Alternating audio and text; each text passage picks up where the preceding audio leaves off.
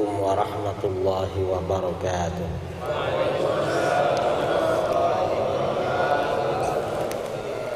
Bismillahirrahmanirrahim. Alhamdulillahi rabbil alamin. Lahul hamdu wa lahul fadlu wa lahus sana'ul hasan. Ashhadu an la ilaha illallah wahdahu la syarika lah. Wa ashhadu anna sayyidana Muhammadan abduhu wa rasuluh. Allahumma shalli ala sayyidina Muhammadin tibbil qulubi wa dawaiha wa afiyatil abdani wa shifaiha wa nuril absari wa dhiyaiha wa qutil arwahi wa ghidhaiha wa ala alihi wa sahbihi wa barik wa sallim. Amma ba'du. Para alim, para asatidz, para buya, para tuan guru yang saya muliakan dan saya hormati, wabil khusus sahibul fadilah Buya Al-Ustaz Muhammad Zulhendri, Bapak Camat Kecamatan Kepenuhan ya, Kepenuhan Rokan Hulu, yang juga saya hormati, juga jajaran beliau, para jamaah Thariqah Naqsyabandiyah Khalidiyah yang juga saya hormati, para alim, para buya yang juga saya hormati, para jamaah kaum muslimin dan muslimat yang hadir di Masjid Raya Al-Ikhwan dalam rangka menunaikan ibadah sholat subuh Jumat dan dilanjutkan dengan kajian subuh dengan tema menjawab atau membungkam kelompok yang beranggapan bahwa tarekat itu adalah ajaran bid'ah atau sesat. Saudara-saudara yang dimuliakan Allah, tarekat atau tasawuf, di mana tarekat ini bagian dari pengamalan ilmu tasawuf. Tasawuf ini menurut kita Ahlus Sunnah wal Jamaah, orang belajar ilmu tasawuf dan menjalankan ilmu tasawuf itu hukumnya wajib. Mengapa wajib? Tanpa tasawuf keislaman seseorang tidak akan sempurna.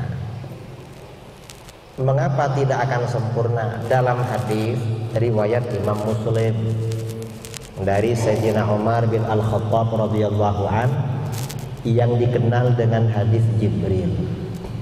Ada 4 waktu itu yang diajukan oleh malaikat Jibril kepada Rasulullah Shallallahu Alaihi Wasallam.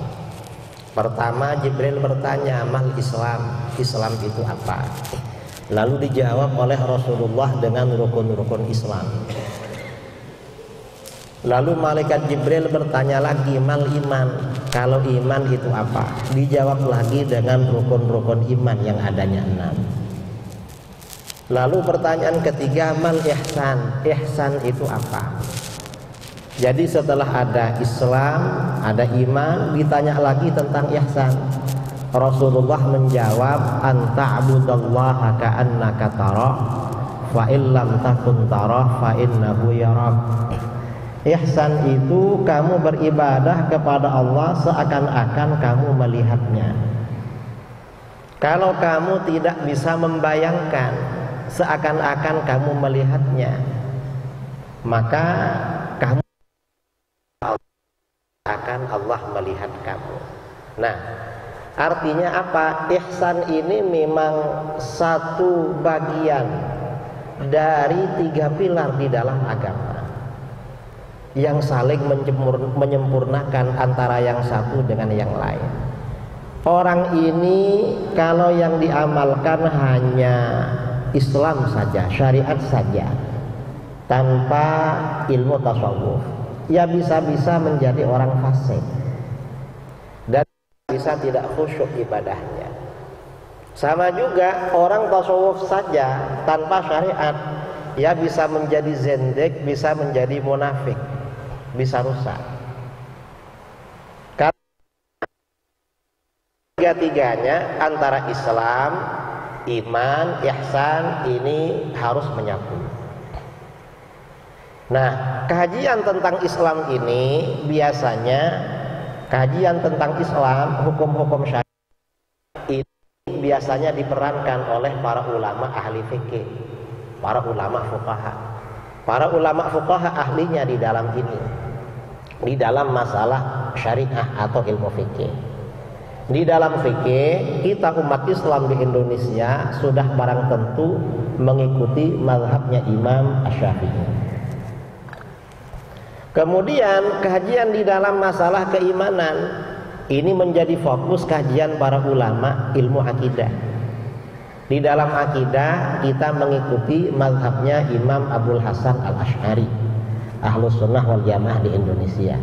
Nah, kajian di dalam ihsan ini menjadi fokus perhatiannya para ulama tasawuf, para ulama akhlak, dan mereka rata-rata para ulama tasawuf.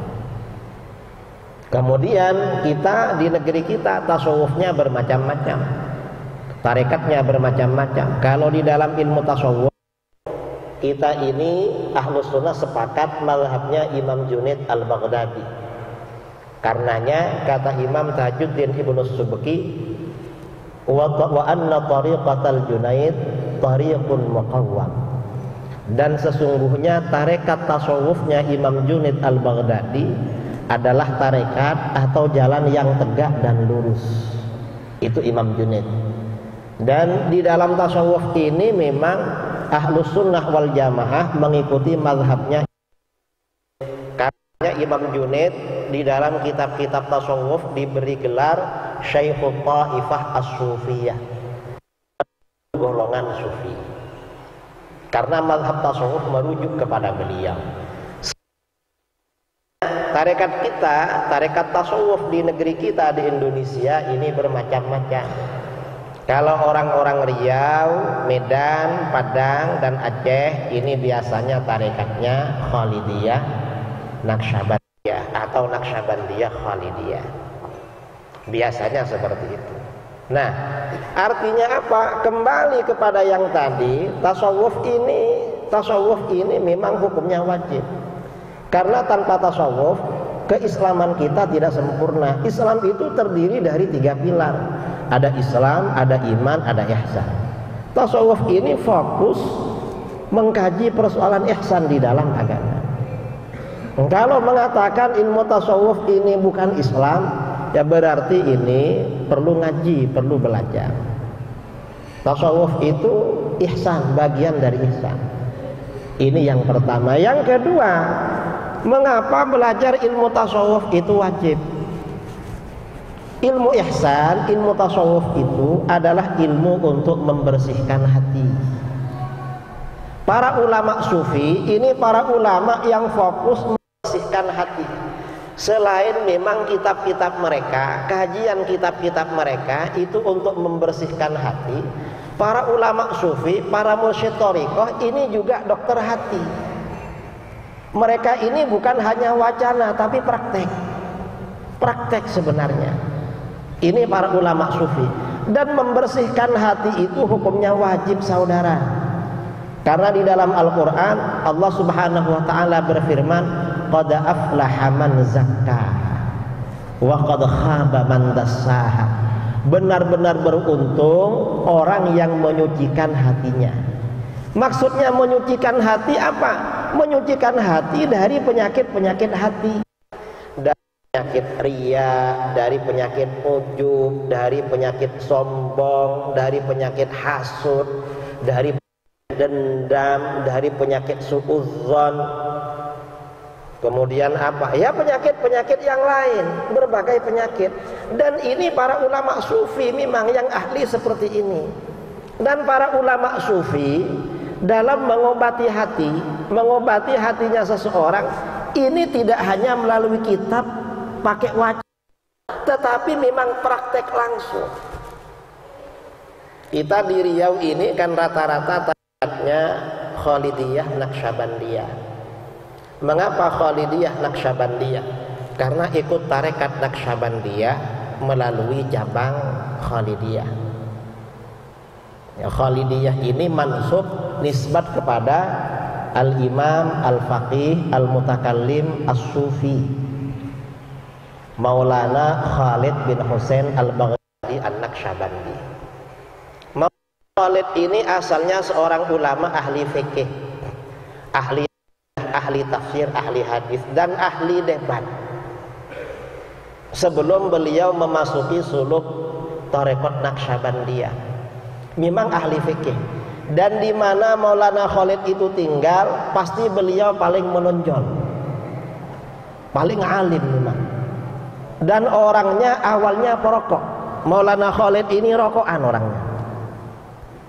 Suatu ketika berkumpul dengan para ulama, sampai di satu daerah berkumpul dengan banyak ulama, beliau rokokan. Akhirnya oleh orang-orang dibilang ini haram. Beliau diam aja. Setelah itu biasanya dulu pada masa-masa kemajuan Islam, kalau ada ulama datang itu diajak debat, dites. Maulana Khalid debat dengan mereka, sampai akhirnya perdebatan mereka pada persoalan rokok. Setelah debat soal rokok, ternyata Maulana Khalid menang. Rokok itu halal, gak haram. Setelah beliau mengatakan rokok halal dan tidak haram, sejak itu beliau berhenti merokok. Mengapa beliau berhenti merokok? Saya ini dari dulu merokok, ingin tahu, ingin menyampaikan sama kalian, rokok itu gak haram. Kamu jangan mengharamkan. Dan sekarang saya berhenti merokok bukan karena kalah debat dengan kamu. Saya memang ingin berhenti dan saya menang kalau rokok itu halal. Akhirnya beliau gak merokok. Itu Maulana Khalid. Jadi memang ahli betul memang Maulana Khalid Al-Baghdadi ini. Kemudian lama-lama menunaikan ibadah haji. Sampai di Mekkah Al-Mukarramah berjumpa dengan seorang ulama Yaman. Biasanya kalau ada rombongan ulama dari Yaman datang ke Indonesia, yang menonjol itu kan tasawufnya, seperti Habib Umar, almarhum Habib Abu Bakar Al-Adani, atau Habib-Habib yang lain sufi. Setelah berjumpa dengan ulama Yaman, beliau minta nasihat. Guru, tuan guru, ya nasihati saya, gimana agar saya ini menjadi orang yang wusul pada Allah. Kata ulama Yaman ini, kamu jangan gampang salah sangka sama orang, jangan gampang suudzon, hati kamu dijaga, itu aja. Siap. Akhirnya pas hari Jumat karena beliau ingin mendapat, kalau berangkat Jumat ke masjid itu berangkat pagi-pagi sekali, kan pulangnya bawa onta yang besar. Beliau ke Masjidil Haram berangkatnya pagi-pagi sekali, duduk di depan Ka'bah lalu membaca kitab Dalailul Khairat, kitab sholawat.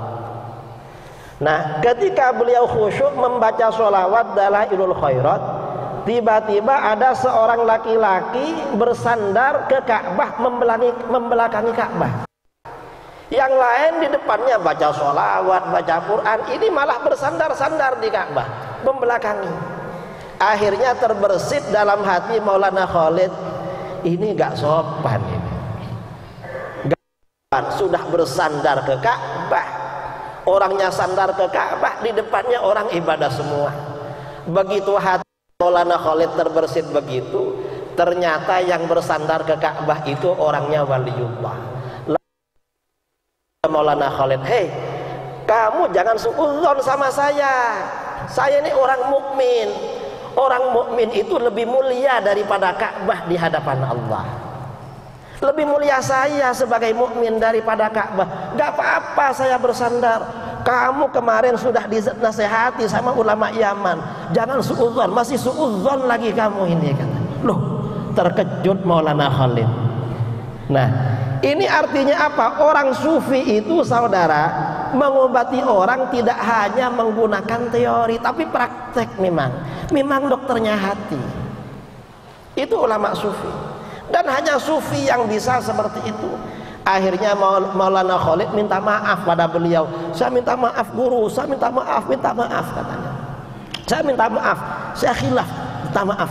Dari kemarin sudah ingin gak suudzon, gak malas suudzon. Iya, jangan diulangi.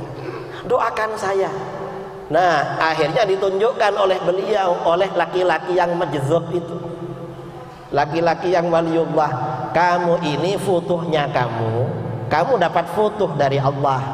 Artinya keterbukaan hati untuk usul kepada Allah. Tapi futuhnya kamu bukan di sini. Kamu gak dapat guru di sini. Di mana guru? Kamu ke India. Akhirnya beliau Maulana Khalid Al-Baghdadi berangkat ke India menjadi pengikut tarekat Naqsyabandiyah. Nah, ini artinya apa? Ulama sufi ini saudara, memang para ulama sufi ini para ulama yang fokus dalam kajian ilmu tasawuf. Dan ilmu tasawuf para ulama sufi ini untuk membersihkan hati. Para ulama sufi dalam membersihkan hati tidak hanya sekedar teori saja, tetapi bagaimana mereka juga praktek langsung dengan melihat itu, tahu apa penyakit hati muridnya. Penyakit hati yang adanya itu tahu, langsung diobati. Itu para ulama sufi. Dan mengobati hati dari penyakit itu hukumnya wajib. Karena yang beruntung di dalam Al-Quran, qad aflaha man zakkaha, benar-benar beruntung orang yang menyucikan hatinya. Kalau hatinya gak suci, gak beruntung saudara, walaupun rajin beribadah. Banyak orang rajin beribadah, sementara di sampingnya tidur-tiduran. Yang tidur-tiduran itu yang diterima oleh Allah. Yang beribadah gak diterima. Mengapa? Yang beribadah hatinya tidak bersih. Ini bukan berarti mengajak kita tidur-tiduran, enggak. Karena banyak berzikir kepada Allah itu sangat berpengaruh untuk membersihkan hati. Kadang-kadang orang-orang di luar ahlus sunnah wal jamaah hatinya kotor, masjid hatinya kotor, karenanya gak bisa diterima oleh Allah. Dan ini ulama sufi yang seperti itu. Karenanya Islam di negeri kita ini tersebar luas. Mengapa penyebaran Islam di negeri kita ini sangat sukses? Penyebaran Islam di negeri kita ini memang melalui para ulama sufi. Para ulama sufi ini memang ya, selain mereka ahli riyadhah, ahli wirid, ahli berdoa, orang-orang sufi itu rata-rata ikhlas karena hatinya bersih. Bermodal keikhlasan itu mereka, para pendahulu kita, leluhur kita, para ulama sufi dulu ini berhasil mengislamkan bangsa Indonesia sampai pada 90%. Coba setelah mayoritas bangsa kita ini Islam, tidak dijajah oleh Portugis, gak dijajah, mungkin Asia Tenggara ini muslim semua saudara. Karena setelah tinggal sedikit, tinggal beberapa persen, penjajah datang ke negeri kita, dan itu takdir dari Allah, walaupun harus kita lawan gitu.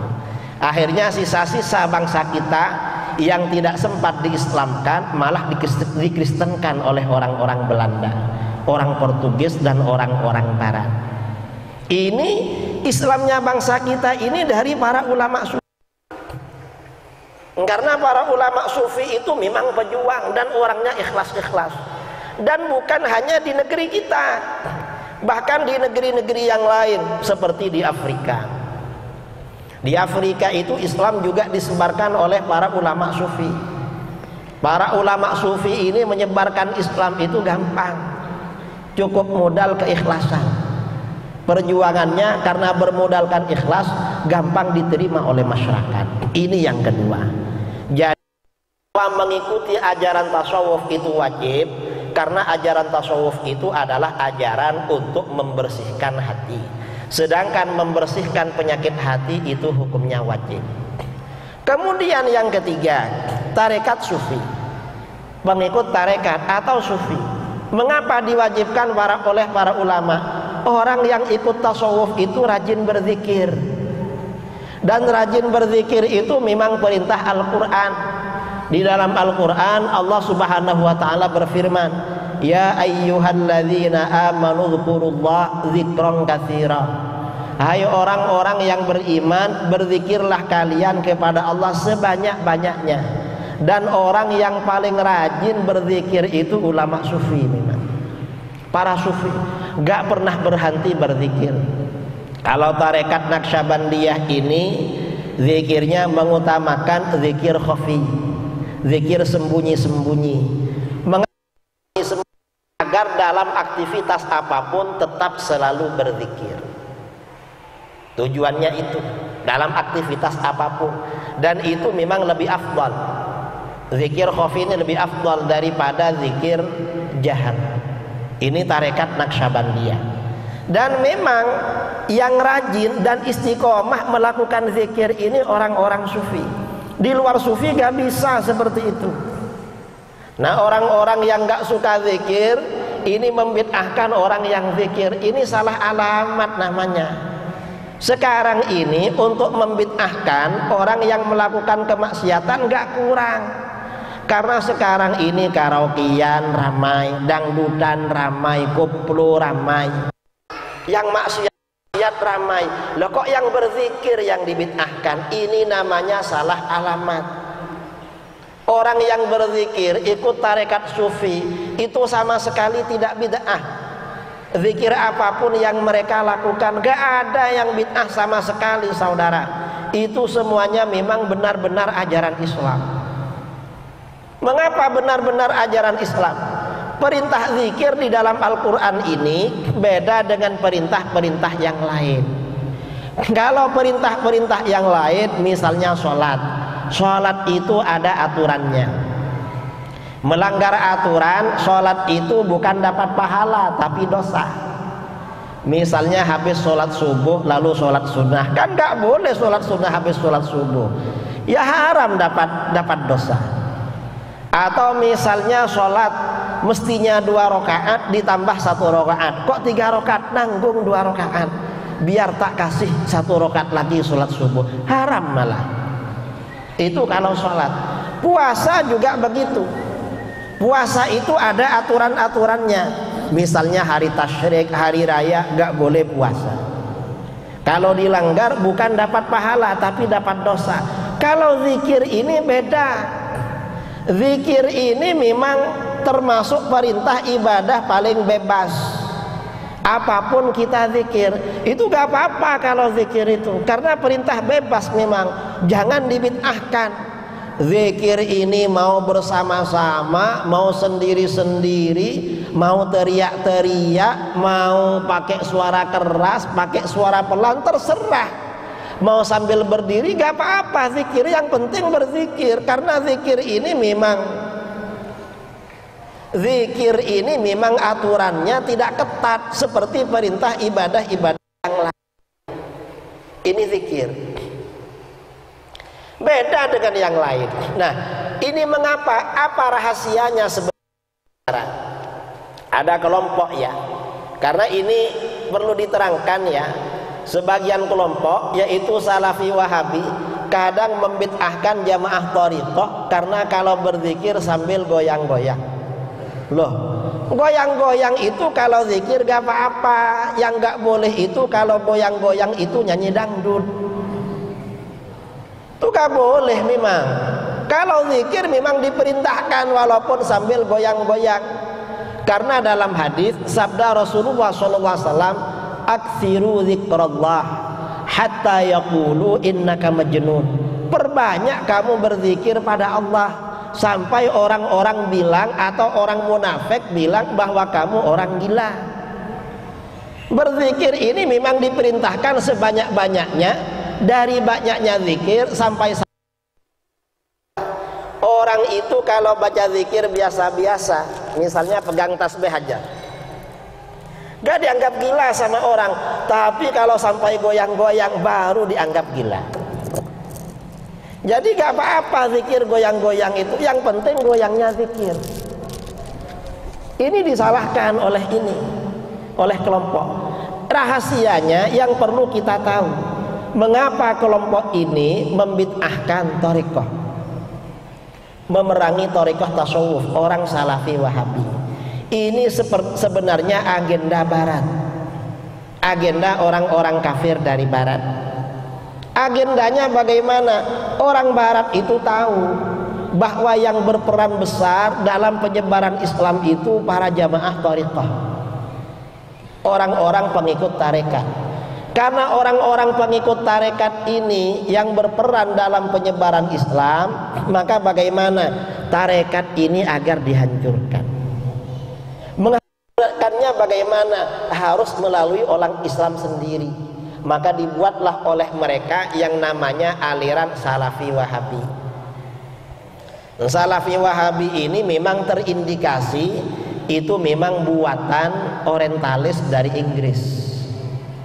Ada seorang misionaris orientalis, ya misionaris, dia hafal Quran, pandai bahasa Arab, ya mungkin orangnya ada ilmu dalam ilmu agama.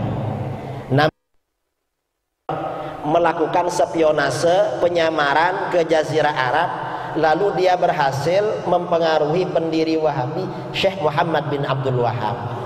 Salah satu programnya, karena yang berhasil mengalahkan Barat, Eropa waktu itu pada masa Kesultanan Utsmani di Turki.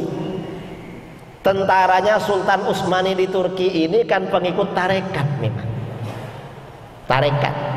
Karena gurunya Sultan Muhammad Al-Fatih, Syekh Aqo Syamsuddin itu memang mursyid thariqah. Akhirnya tentaranya pengikut tarekat untuk perang kemana-mana. Akhirnya apa? Islam ini dihancurkan melalui tarekat tasawuf. Caranya bagaimana? Ya dibid'ahkan memang. Dibid'ahkan tasawuf. Karena tarekat tasawuf ini yang pengaruhnya besar, penyebaran Islam kemana-mana, memerangi orang-orang kafir di mana-mana, orang-orang tasawuf memang. Makanya dihancurkan. Ya dibilanglah tasawuf ini katanya ajaran dari luar Islam. Gak betul itu. Tasawuf ini murni ajaran Islam, bukan dari luar Islam. Kalau bilang tasawuf dari luar ajaran Islam, gak betul. Kita yang ada di pondok-pondok ya, yang ada di Dayah, kalau di Aceh, kalau di Medan, di Sumbar, di Riau, mungkin ada di pondok. Coba baca kitab tasawuf Ihya Ulumuddin. Imam Ghazali itu setiap menjelaskan poin-poin dalam ajaran tasawuf untuk membersihkan hati, selalu yang disampaikan qala Allah Ta'ala, qala Rasulullah sallallahu alaihi wasallam, qala ulama ussalaf, qala Abu Bakar, qala Umar, qala Utsman, qala Ali, qala Abu Dzar. Nanti ulama-ulama salaf misalnya qala Sa'id bin Jubair, qala Ikrimah, qala Mujahid, qala Sufyan Ats-Tsauri, qala Sufyan bin Uyainah. Itu rujukannya ulama salaf semua, Al-Qur'an, hadis, sahabat, ulama salaf. Dari sana enggak pernah ulama tasawuf itu misalnya mengambil rujukan dalam karangannya agama Hindu, enggak ada begitu. Dalam kitabnya orang Buddha diterangkan begini, enggak ada. Dari Al-Qur'an, hadis. Jadi memang tasawuf ini murni dari Al-Quran, hadis, murni dari ajaran Islam. Gak betul kalau dibilang ajaran tasawuf itu dari luar ajaran Islam. Gak betul itu. Gak betul. Nah, karena ini, karena orang-orang tarekat sufi, para pengikut sufi ini yang berjasa besar penyebaran Islam, tarekat sufi ini yang diprogramkan oleh Barat untuk dihancurkan pertama kali. Ada ulama Wahabi di Saudi Arabia menulis kitab berjudul Abidu At-Turuq As-Sufiyah Qabla an tubidu Al-Yahudiyah. Hancurkan tarekat-tarekat sufi sebelum orang Yahudi. Mengapa? Fa inna turuq as-sufiyah lubbul yahudiyah. Karena tarekat sufi itu adalah intisari ajaran Yahudi. Difitnah saudara. Kita ini dibilangnya intisari ajaran Yahudi, padahal yang ajarannya mirip ajaran Yahudi itu ajaran Wahabi. Kalau ajaran kita ini ajaran Islam Ahlus Sunnah wal Jamaah, kita ini yang juga sering dikritik. Apa diantaranya dalam tarekat? Di dalam tarekat ini biasanya ada zikir bersama. Zikir bersama ini memang ajaran Islam, itu ajaran Al-Quran. Mengapa ajaran Al-Quran? Di dalam Al-Quran perintah berzikir, perintah beribadah, dan doa-doa yang dicontohkan dalam Al-Quran itu spiritnya memang kebersamaan. Pakai dhamir jamak. Selain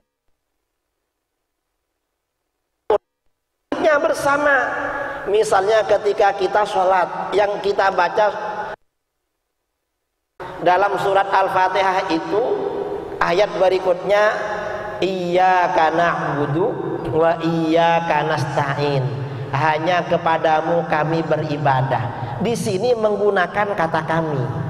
Mengapa kami? Oh, ini berarti ibadah itu spiritnya bersama-sama, atau orang yang lain dibawa di sini. Wa iyyaka nasta'in, dan hanya kepadamu kami memohon pertolongan. Ihdinas shiratal mustaqim, tunjukkan kami ke jalan yang lurus. Mengapa di sini kami? Kembalinya kemana kami ini? Kami ini kata para ulama kembalinya kepada mutakallim, orang yang membaca, dan umat Islam yang lain.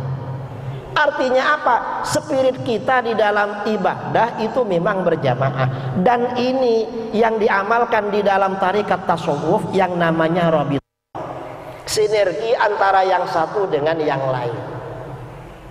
Dan doa-doa di dalam Al-Quran spiritnya juga bersama-sama. Rabbana atina fid dunya hasanah wa fil akhirati hasanatan wa qina adzabannar.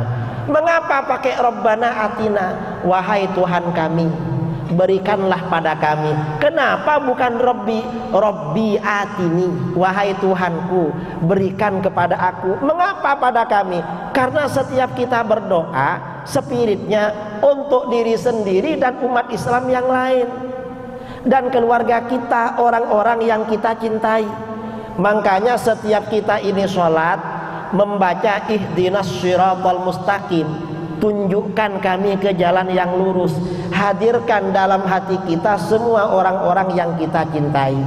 Mungkin ada anak kita kurang rajin, saudara kita, jamaah kita kurang rajin, hadirkan dalam ke kami agar hidayah nanti memancar pada mereka. Ini memang jamaah spirit di dalam Al-Quran. Karenanya di dalam Al-Quran ya, zikir ini berjamaah, kemudian doa bersama-sama. Kita sama mengaminkan doanya orang lain. Mengapa doa bersama-sama? Doa bersama ini juga dianjurkan. Kalau orang Salafi Wahabi gak ada doa bersama, gak ada. Kalau kadang ada, tapi kebanyakan membid'ahkan. Salafi Wahabi ini banyak yang membid'ahkan. Kalau mereka kalau ngumpul begitu doa bersama gak mau angkat tangan, dan mulutnya pelit, gak mau baca amin. Bilang amin aja gak mau. Mengapa gak mau? Ya karena gak tahu sebenarnya saudara, orang-orang di luar Ahlus Sunnah yang tidak ikut tarekat, yang gak ikut tarekat itu membid'ahkan, bukan mereka karena gak tahu. Kalau yang ikut jamaah tarekat, ikut Ahlus Sunnah itu dasarnya ilmu. Mengapa di dalam tarekat tasawuf ada doa bersama? Pesan Rasulullah SAW dalam hadis sahih, la yajtami'u qaumun muslimun fayada'u ba'dun wa yu'amminul ba'dul akhar illa stajaballahu du'a'ahum. Tidaklah berkumpul orang-orang muslim lalu sebagian doa dan yang lainnya membaca amin, kecuali Allah mengabulkan doa mereka. Artinya apa? Doa bersama itu termasuk cara doa kita cepat dikabulkan. Berarti doa bersama hukum. Dan Rasulullah SAW pernah keluar dari rumahnya, ada sahabat berdoa, Rasulullah baca amin.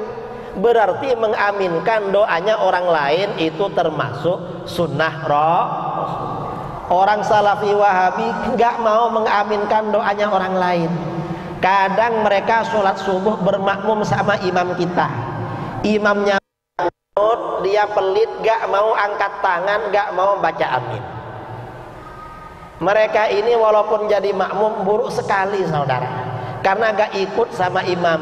Jamaah di kanan kirinya yang gak khusyuk menjadi jengkel. Siapa ini gak angkat tangan, gak baca amin? Salahnya gak khusyuk. Coba khusyuk gak tahu itu. Maka suasana. Dan kemudian yang diamalkan oleh ulama sufi, doa bersama sangat istimewanya di mana? Doa bersama mengaminkan doanya orang lain ini termasuk keistimewaan umat Islam. Dalam hadis riwayat Imam Bukhari dalam Al-Adabul Mufrad, sabda Rasulullah SAW, ma hasadatkum al-yahud ma hasadukum ala tsnain assalam wa ta'min. Orang Yahudi tidak hasud kepada kalian seperti rasa hasud mereka yang memuncak pada kalian karena dua perkara. Ada dua perkara milik kita yang membuat orang Yahudi sangat hasud. Apa? Yang pertama ucapan salam. Kita ini berjumpa dengan kawan, assalamualaikum. Sebelum memulai ceramah, assalamualaikum warahmatullahi wabarakatuh. Coba kita gak ada assalamualaikum, kira-kira gimana cara memulai?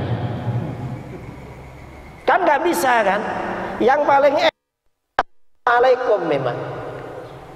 Nah, orang Yahudi gak punya saudara seperti itu, gak punya. Ini yang pertama. Yang kedua, yang membuat mereka iri selain ucapan salam, at-ta'min, ucapan amin. Amin ini artinya apa? Mengaminkan doanya orang lain.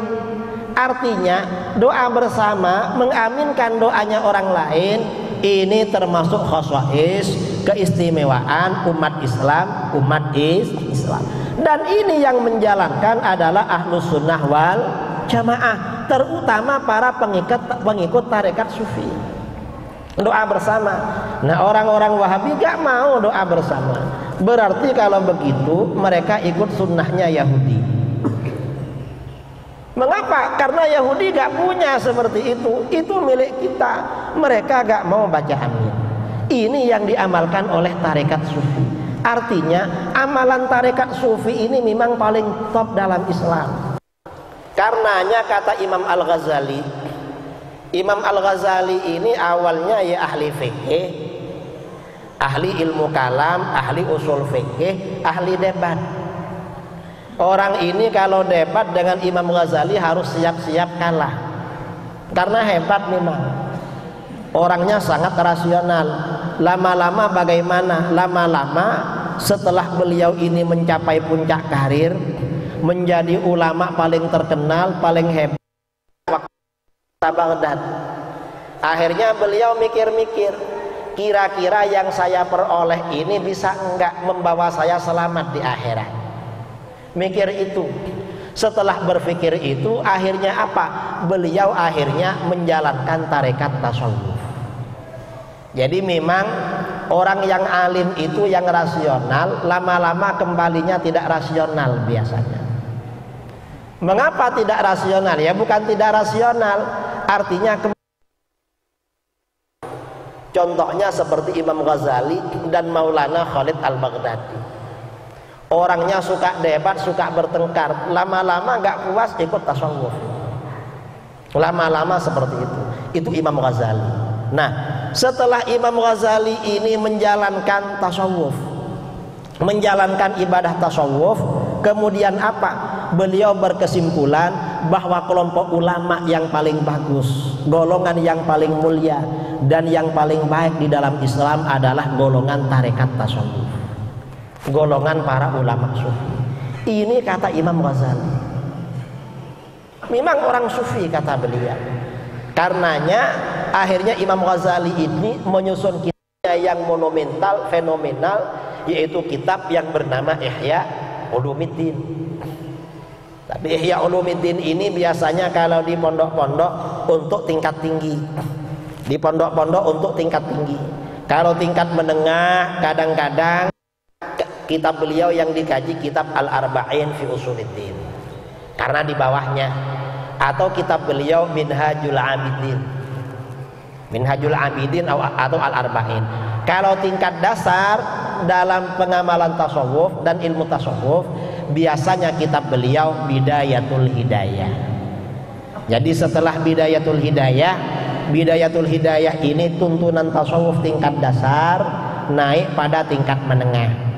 Tingkat menengah bisa kitab Minhajul Abidin, bisa kitab Al-Arba'in fi Usuluddin. Setelah tingkat menengah lalu tingkat atas yaitu naik pada kitab Ihya Ulumuddin.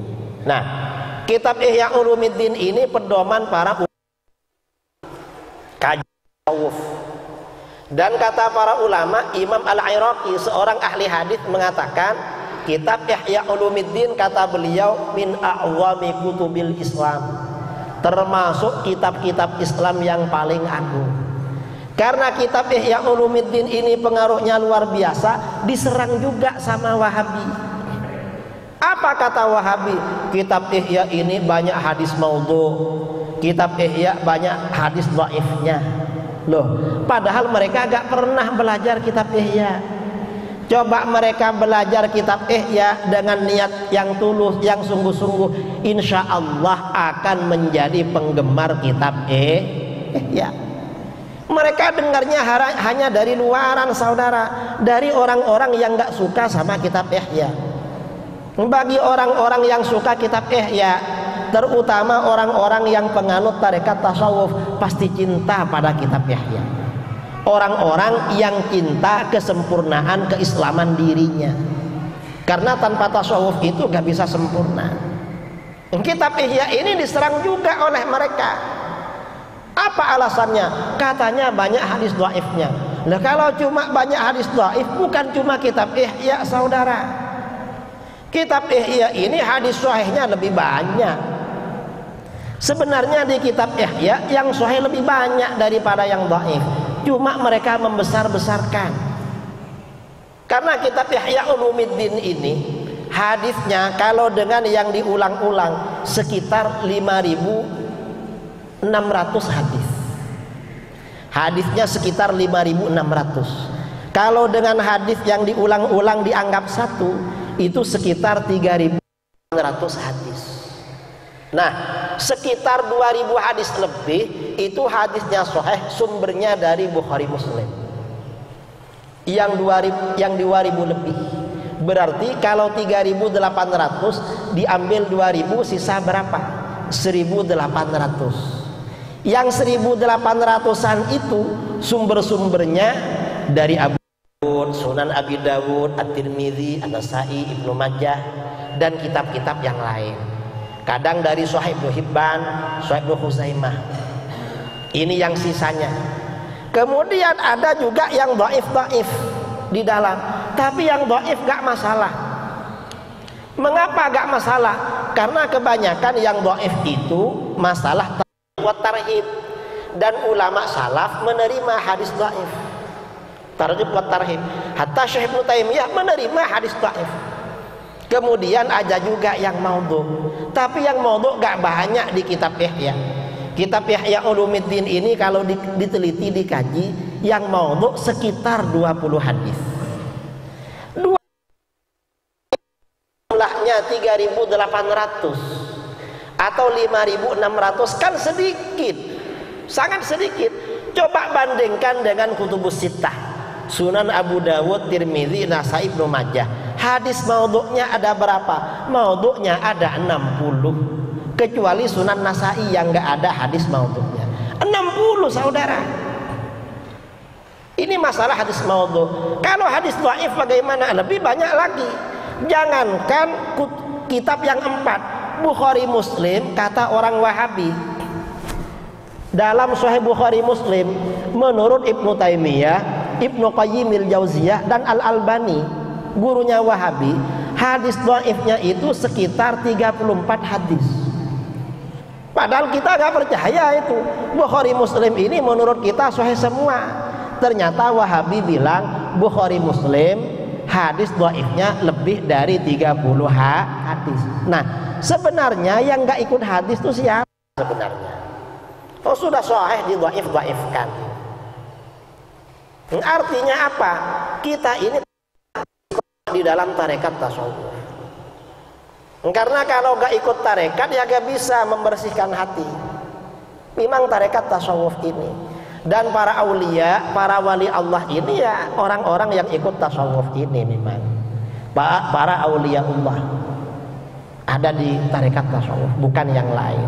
Nah, saya kira ini ya, karena ini sudah waktu syuruk. Setelah waktu syuruk, surat isyraq dulu enggak ya? Hah? Kita surat isyraq. Ini sudah masuk waktu syuruk, tadi ada bel berbunyi. Kita surat isyraq dulu. Setelah surat isyraq nanti kita lanjut dengan sesi tanya jawab. Saudara pertanyaan bebas. Pertanyaan apa saja. Kalau tadi materinya kan khusus ilmu tasawuf. Saya ya itu sebenarnya bukan bidangnya. Karena ya memang alumni pondok, saya belajar di pondok pesantren itu 20 tahun saudara. Di pondok di kampung 2 tahun, lalu di pondok pesantren Sidogiri sejak lulus SD umur 11 tahun sampai usia 30 tahun, 18 tahun. Jadi memang guru-guru kami memang orang-orang sufi. Tapi saya ini setiap membaca bab penyakit hati di dalam kitab tasawuf sepertinya punya saya semua ya. Jadi saya bukan sufi memang. Ya tapi ya paling enggak kan pencinta kan. Kita ini penggemar aja lah. Kalau dibilang sufi ya bukan. Setiap membaca penyakit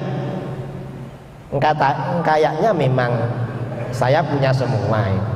Kalau baca yang Rub'ul Munjiyat itu di kitab Ihya ini kan ada penyelamat-penyelamat, amalan-amalan yang menyelamatkan. Ini kok masih harus ya paling enggak lah seperti imam kita Imam Syafi'i. Imam Syafi'i berkata, wahibbus salihina walastu minhum la'alli an ana labihim syafa'ah. Aku mencintai orang-orang soleh dan aku bukan bagian dari mereka. Barangkali aku dapat syafaat dari mereka.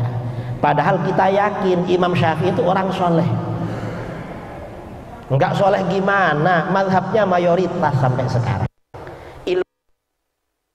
Kalau beliau bilang muhibbus sholihin karena tawadhu. Kalau kita ini bilang aku bukan orang soleh, bukan tawadhu, beneran memang. Jadi bukan majas tapi hakikat. Kalau kita ini, ya saya kalau sendiri baiat thariqahnya thariqah Syadzaliyah, bukan Naqsyabandiyah. Tapi memang justru pergaulan saya yang dekat dengan orang-orang Naqsyabandiyah dari dulu. Kawan-kawan saya dia Arab dengan saya. Ada kawan-kawan yang Syadzaliyah ada juga. Tapi ya cuma baiat aja lah, bukan yang rajin mengamalkan. Saya kira itu mudah-mudahan bermanfaat. Kita surat isyraq dulu. Setelah itu kita lanjutkan dengan sesi tanya jawab. Wal afu minkum. Assalamualaikum warahmatullahi wabarakatuh.